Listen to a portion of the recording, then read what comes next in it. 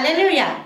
ఏదైనా వాక్యము యోమ్ దేబిరి 30వ తారీఖు 9వ నెల 2025వ సంవత్సరం.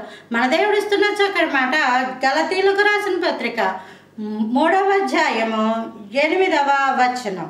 నీ యందు అన్యజనులందరూ ఆశీర్వదింపబడుదురు. ఒక్కరు దేవుని నమ్ముకుంటే అతని యందు అన్యజనులు అంటే దేవుని ఎరగనటువంటి జనులు, దేవుళ్ళు ఎవరో తెలియక ఇంకా వెతుకులాటలో ఉన్న జనులు అందరూ ఆశీర్వదింపబడతారు. ఆశీర్వాదము అన్న దాంట్లో మొట్టమొదట ఉన్నది ఫైనాన్షియల్ బ్లెస్సింగ్ కాదు, దేవుడే. ఆశీర్వాదం అంటే దేవుడే.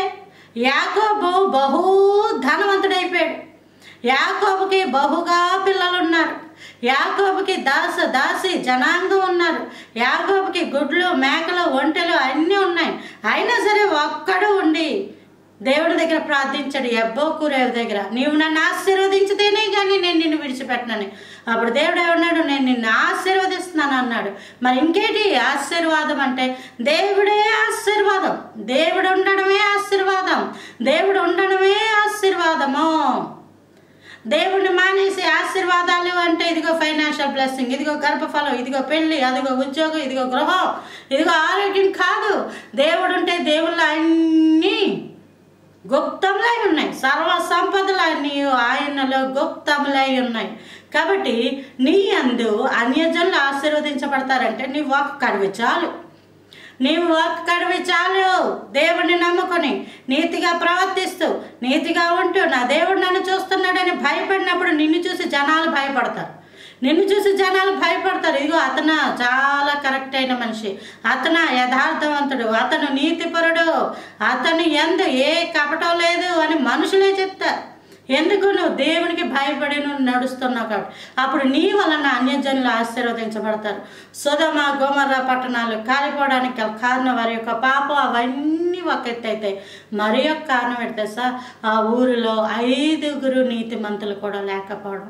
4 ఉన్నారు, లోతు భార్య 2 పిల్లలే. కనీసం అల్లుళ్ళు అన్న రెండమ్మా దేవుడు నమ్ముకోండి అంటే వాళ్ళు నమ్ముకోలే. అంటే ఎప్పుడు చెప్పలేదేమో, ఎప్పుడు దేవుడి గురించి ప్రకటించలేదేమో, దేవుడు అంటే ఎరగని పెళ్ళిళ్ళు చేసేసుకుందాం అనుకున్నారేమో వాళ్ళు. కాబట్టి అల్లుళ్ళు సైతం నమ్ముకోలే. ఒక్కళ్ళు తక్కువ అవడం వల్ల సొదొమ గొమొర్రా పట్టణాలు కాలిపోయాయి.